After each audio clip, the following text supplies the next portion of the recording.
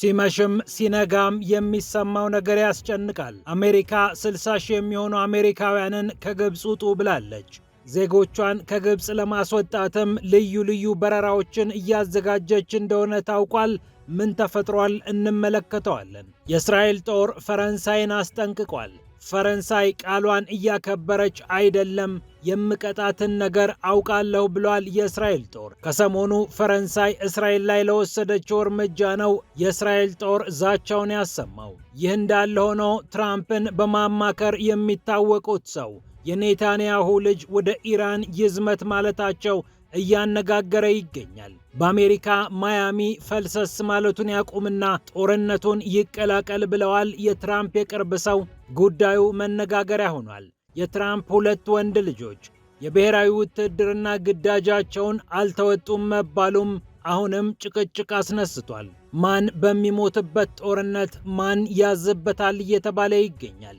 ይህ እንዳለ ሆኖ የኢራን ጦርነት የኔቶን ፍርክስክስ እያወጣው ነው ተብሏል። አውሮፓዊቷ የኔቶ ሀገር ፓትሪዮት የአየር መከላከያ ስርዓትን በተመለከተ ለአሜሪካ ኮምጨጭ ያለ ምላሽ ሰጥታለች። የአሜሪካን ጦር እንዳታስበው ነው ያለችው ይህች ሀገር። ካለ አሜሪካና ካለ ዩክሬን አይሆንልኝም የምትለው ይህች ሀገር በአሜሪካ ላይ የጨከነችበትን ምክንያትም እንመለከተዋለን። አሜሪካ በወዳጅ የኔቶ ሀገራት የተከለቻቸውን የጦር መሳሪያዎች ኢራንን ለመከላከል ስጡኝ ማለቷን ተከትሎ ነው ቁጣው የተነሳው። ሌሎች የአውሮፓ ሀገራትም አሜሪካን የሚከለክሏቸው ነገሮች ጨምረዋል። የጦር ቤዛችን ላይ እንዳታርፊ፣ ይህንን አንፈቅድልሽም እያሉ አሜሪካንንም እስራኤልንም እያበሳጩ ይገኛሉ።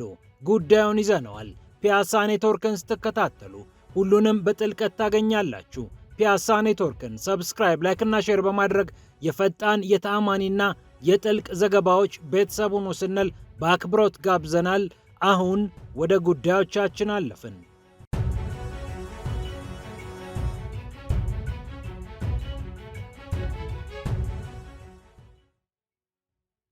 የእስራኤሉ ጋዜጣ የዲሆት አህሮኖት አሜሪካ በፍጥነት ከግብፅ ዜጎቿን ልታስወጣ ነው የሚል ዘገባ አውጥቷል። ቁጥራቸው 60 ሺህ ይሆናል። እነዚህ አሜሪካውያን ከግብፅ በፍጥነት ውጡ ተብለው የአውሮፕላን በረራዎች እየተመቻቹላቸው እንደሚገኝ ነው የእስራኤሉ ጋዜጣ የዘገበው። ወደ ጀርባችሁ ዞር ሳትሉ ፈጥናችሁ ውጡ የተባሉት የአሜሪካ ዜጎች ዝርዝር ጉዳይ አልተነገራቸውም። በመካከለኛው ምስራቅ ጦርነት ከተቀሰቀሰ በኋላ ሀገር አሜሪካ ከ36 ሺህ እስከ 40 ሺህ የሚሆኑ ዜጎቿን ከአካባቢው ማውጣቷ የሚታወቅ ነው። የአሜሪካ የውጭ ጉዳይ ሚኒስቴር መስሪያ ቤትም ግብፅን ጨምሮ 13 በሚሆኑ የአረብ ሀገራት የአሜሪካ ዜጎች ጥንቃቄ እንዲያደርጉ ማስጠንቀቂያ ማውጣቱ የሚታወስ ነው። የተባበሩት አረብ ኤምሬትስ፣ ሳውዲ አረቢያ፣ ዮርዳኖስና ኢራቅ የምትገኙ አሜሪካውያን ተጠንቀቁ፣ አደጋ አለባችሁ በሚል የአሜሪካው መስሪያ ቤት አስጠንቅቆ ነበር። ይሁንና በአንጻራዊነት በዚህ ጦርነት አልተነካችም በተባለችው ግብፅ ይህንን እርምጃ አሜሪካ መውሰዷ ብዙዎችን ግራ አጋብቷል። አንዳንዶች ጉዳዩን ከሰሞኑ ከመጣው የሁቲዎች ጥቃት ጋር አገናኝተውታል። ሁቲዎች በቀይ ባህር መተላለፊያ ላይ ጥቃት መፈጸማቸው ስለማይቀር ሚሳኤሎቻቸውን ወዲህና ወዲያ ሲያወናጭፉ ግብፅም ተጠቂ ልትሆን ትችላለች የሚል ግምት እየበረታ መጥቷል። ከዚህ በተጨማሪ ደግሞ ጦርነቱ በተራዘመ ቁጥር በአረብ ሀገራት የሚገኙ አሜሪካውያን የጥቃት ኢላማ ውስጥ ሊወድቁ ይችላሉ። የኢራን ደጋፊ ኃይሎችም እዚህም እዚያም አሜሪካውያንን የማጥቃት እንቅስቃሴ ሊያከናውኑ ይችላሉ በሚል አሜሪካ ሳትሰጋ እንዳልቀረች ነው እየተነገረ የሚገኘው። በኢራቅ አሜሪካዊ ዜግነት ያላት ጋዜጠኛ መታገቷን ተከትሎ እንዲህ አይነት እገታዎችና አደገኛ አዝማሚያዎች በአሜሪካ ዜጎች ላይ ሊታዩ እንደሚችሉ አሜሪካ እየሰጋች ትገኛለች።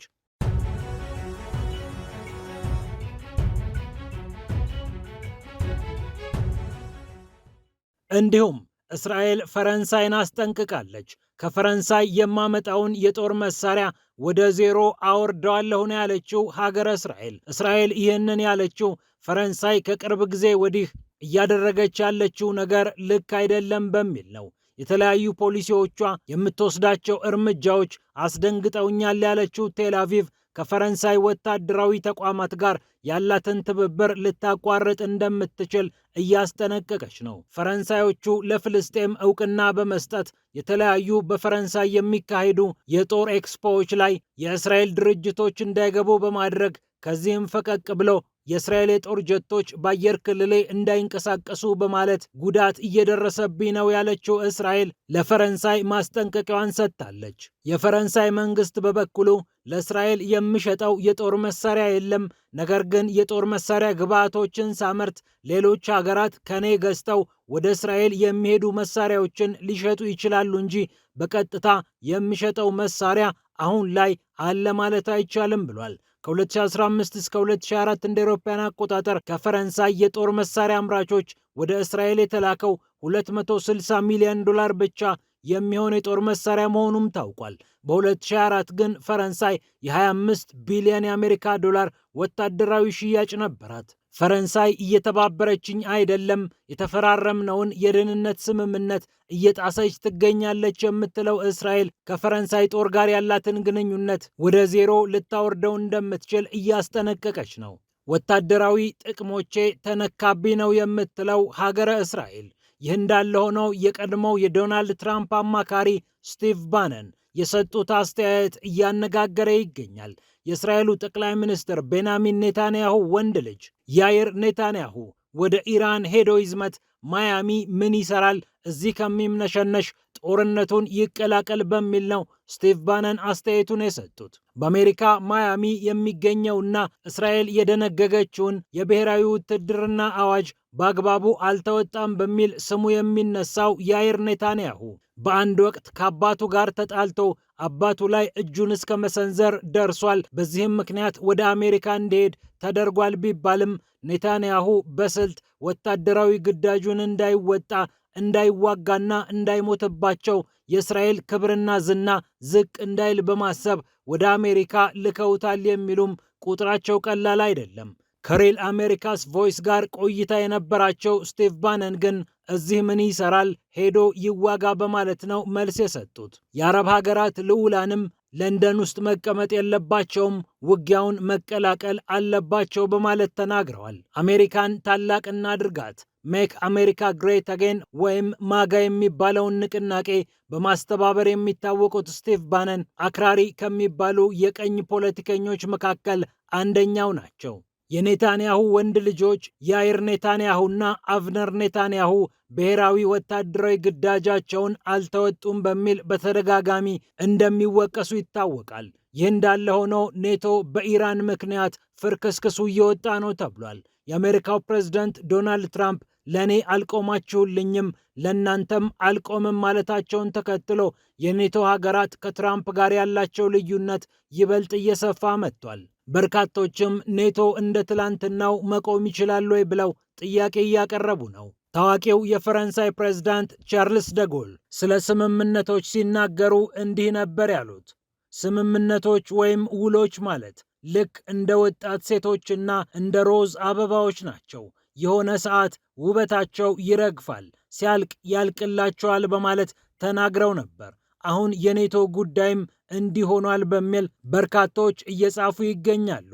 አሜሪካ አንድ ጊዜ ሆርሙዝን አስከፍቱልኝ፣ ሌላ ጊዜ ደግሞ የጦር መሳሪያችሁን አምጡና ኢራንን ልከላከልበት እያለች ከኔቶ አባል ሀገራት ጋር እየተሟገተች እንደምትገኝ ነው የተሰማው። ይህ ጥያቄ ከቀረበላቸው ሀገራት መካከል አንደኛዋ ፖላንድ ነች። ምስራቅ አውሮፓዊቷ ፖላንድ በኔቶ አባልነቷ አማካኝነት የአሜሪካ የጦር መሳሪያዎችን በስፋት ታጥቃለች። በተለይ ፓትሪዮት የአየር መከላከያ ስርዓት ከአሜሪካ ካገኘቻቸው እንቁ መሳሪያዎች መካከል የሚመደብ ነው። ታዲያ የፖላንድ ጋዜጦች አሜሪካ ፖላንድን አንድ ኢመደበኛ የሆነ ጥያቄ ጠይቃታለች። ይህ በይፋ ያልቀረበው ጥያቄ ፓትሪዮት የአየር መከላከያ ስርዓቱን ንቀይልንና እኛ ወደ ምዕራብ እስያ እንውሰደው፣ ከኢራን ጋርም እንፋለምበት የሚል ነው። ታዲያ ይህ ጥያቄ በፍጥነት ነው በፖላንድ ዘንድ ውድቅ የተደረገው። ኮሲኒያክ ካሚዝ የተባሉት የሀገሪቱ የመከላከያ ሚኒስትር ይህ ፈጽሞ የሚታሰብ ነገር አይደለም፣ ራሳችንን ብቻ ሳይሆን ምስራቅ አውሮፓንና ምስራቃዊውን የኔቶን ክፍል የምንጠብቅበት መሳሪያ ነው፣ አናደርገውም ብለዋል። ሰማያችንን የምንከላከልበት ስለሆነ ፓትሪዮት የአየር መከላከያ ስርዓቱን እንፈልገዋለን በማለት አጽንኦት ሰጥተው ተናግረዋል። ፖላንድ ከቅርብ ጊዜ ወዲህ ከሩሲያ የሚመጡ ድሮኖች ደህንነቴን አደጋ ላይ ጥለውብኛል በማለት ለዩክሬን የምትሰጣቸውን ወታደራዊ ቁሳቁሶች እየገደበች መምጣቷ የሚታወቅ ነው። አሜሪካ ፓትሪዮትና ታዲያ አየር መከላከያ ስርዓት ያለበት ቦታ እየሄደች ወደዚህ ቦታ ልውሰደው ወይ ብላ እየጠየቀች እንደምትገኝ ይታወቃል። ጦርነቱ በተጀማመረ ሰሞን የደቡብ ኮሪያው ፕሬዝዳንት ሊ ጄሚዩንግ ይህንን በተመለከተ አስተያየት ሰጥተው ነበር። ይህ የእኛን ብሔራዊ ደህንነት አደጋ ላይ የሚጥል ተግባር ነው በማለት የአሜሪካን ሐሳብ ውድቅ ማድረጋቸው የሚታወቅ ነው። ከሰሜን ኮሪያ ራሷን የምትከላከለው በአሜሪካ የጦር መሳሪያዎች ነውና ደቡብ ኮሪያ የመጣውን ሐሳብ በፍጥነት አጣጥላው ነበር። ሌላኛዋ የአውሮፓ ሀገር ጣሊያንም በሀገሬ የሚገኘው የጦር ቤዝ ላይ የአሜሪካ የጦር ጀት ማረፍ የለበትም ማለቷ አሜሪካን አስደንግጧታል። ኮሬራ ዴላ ሴራ እንደዘገበው ጣሊያን ይህንን ውሳኔ አምርራ ወስናለች። የአሜሪካ ተዋጊ ጀቶች በኢራን ጦርነት የሚሳተፉ ከሆነ በጦር ቤዛችን አስፈቅደውም ቢሆን ማረፍ አይችሉም ያለችው ጣሊያን በመከላከያ ሚኒስትሯ ጉይዶ ክሮሴቶ አማካኝነት ይፋዊ ቃሏን ሰጥታለች። መደበኛ ለሆነ እንቅስቃሴ ካልሆነ በስተቀር ወይም የአውሮፕላኑን ደህንነት አደጋ ላይ የሚጥል ክስተት ተፈጥሮ ለማትረፍ ካልሆነ በስተቀር የጦር ቤዜ ላይ እንዳታርፉብኝ ስትል ነው ጣሊያን ለአሜሪካ ማስጠንቀቂያን የላከችው። ድንገት የጣሊያን የአየር ክልል ገብቶ በፍጥነት አሳርፉኝ ብሎ የጠየቀው የአሜሪካ የጦር አውሮፕላን በመጣህበት ተመለስ መባሉ ነው የተነገረው። የጣሊያን ፖለቲከኞችም በመንግስታቸው ተደስተዋል።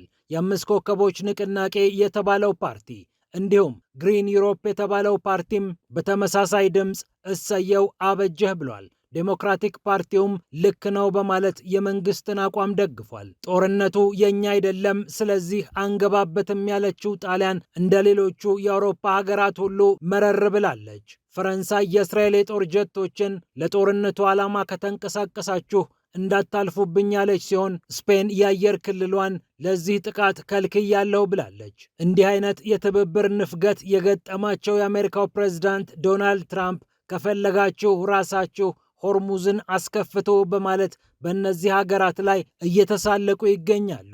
ኔቶ ከዚህ በኋላ ምንም አይሰራልንም ያሉት የአሜሪካው ፕሬዝዳንት የድርጅቱን ዕጣ ፈንታ አደጋ ውስጥ ከተውታል ነው የተባለው። ሩሲያም ይህንን ዜና ሰምታ መቼም ደስ መሰኘቱ አይቀርም። ፒያሳ ኔትወርክን ስትከታተሉ ስለቆያችሁ ክብረት ይስጥልን ብለናል። ፒያሳ ኔትወርክን ሰብስክራይብ፣ ላይክና ሼር በማድረግ የፈጣን የተአማኒና የጥልቅ ዘገባዎች ቤተሰቡን ስንል በአክብሮት ጋብዘናል። ሰላም ለዓለማችን።